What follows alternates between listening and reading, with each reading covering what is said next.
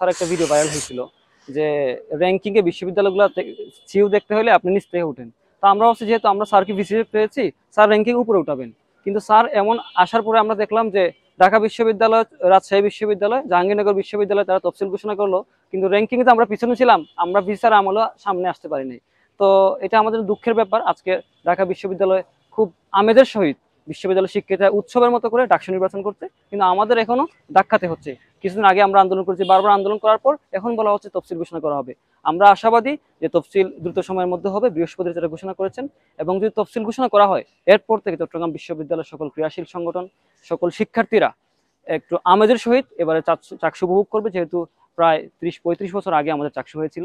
দীর্ঘ সময় পর যেহেতু হচ্ছে, আমি আশাবাদী সবার মধ্যে একটা আমেজ কাজ করবে। আমরাও ছাত্র সংগঠন হিসেবে, ছাত্র শিবির সবাইকে সাথে নিয়ে আমরা একটা চাকসু করবো।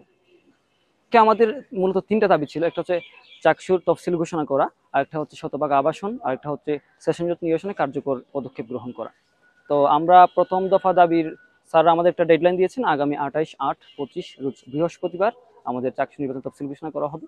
আর বাকিগুলো স্যাররা বলেছেন। তো আমরা আমাদের আজকে একটা প্রোগ্রাম থাকায় আমরা আপাতত প্রোগ্রাম, আমাদের আন্দোলন স্থগিত করেছি। যদি 28 তারিখের মধ্যে দৃশ্যমান কিছু না হয়, আমরা লাগাতার কর্মসূচিতে যাব। বসুন্ধরা টিস্যু, অশুদ্ধতার বিরুদ্ধে এক বিন্দুও ছাড় নয়। দুঃখের সাথে বলতে হয়, আজকে প্রায় 1 বছর পার হয়ে গিয়েছে আমাদের বিজয়ের পরে। যদি আমরা 5 আগস্টকে বিজয় ঘোষণা করি, এই বিজয়ের পরে 1 বছর পার হয়ে গিয়েছে। আমরা যে প্রত্যাশাগুলো আমাদের এই জুলাইয়ের প্রশাসনের কাছে রেখেছিলাম, সেই প্রত্যাশার অনেকাংশে, বলতে গেলে প্রায় পুরোটাই বাস্তবায়ন হয়নি। আমরা আসলে এই প্রশাসনকে প্রশ্ন রাখতে চাই, আপনারা কি সেই প্রশাসন না যারা আমাদের সাথে কাঁধে কাঁধ মিলিয়ে আন্দোলন করেছেন? আপনারা কি সেই প্রশাসন না যারা ছাত্রলীগের মতো জঙ্গি সংগঠনের আক্রমণের শিকার হয়েছেন? তবে আজকে এসে আমরা ভিন্ন চিত্র কেন দেখতে পাচ্ছি, আপনাদের ভিন্ন চেহারা কেন দেখতে পাচ্ছি? এটা তো খুবই দুঃখের বিষয়। আজকে আমাদের হওয়ার কথা ছিল, আমরা এখানে আন্দোলনের মাঠে থাকবো না, আমরা থাকবো পড়াশোনার টেবিলে। আমরা নিজেদের কেরিয়ার গঠনের লক্ষ্যে, দেশকে গঠনের লক্ষ্যে নিজেদের সময়কে দিব।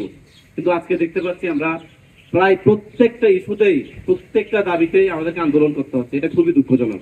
আমরা আজকে এখানে যে দাবিতে এখানে অবস্থান কর্মসূচি পালন করেছি, সেটি যদি আগামী বৃহস্পতিবারের মধ্যে, আগামী বৃহস্পতিবার ওনারা কথা দিয়েছেন, যদি বৃহস্পতিবারের মধ্যে তারা সুনির্দিষ্টভাবে ঘোষণা করতে না পারেন, তবে ছাত্র শিবির যে বিগত সময় ধরে, বিগত যে বড় বিক্ষোভ মিছিল থেকে শুরু করে যত আন্দোলন দিয়েছে, ঠিক তদ্রুপভাবে লাগাতার আন্দোলন কর্মসূচি আমাদের চলমান থাকবে এবং সেটা ক্ষেত্র বিশেষে অনেক কঠোর থেকে কঠোরতর হবে ইনশাআল্লাহ।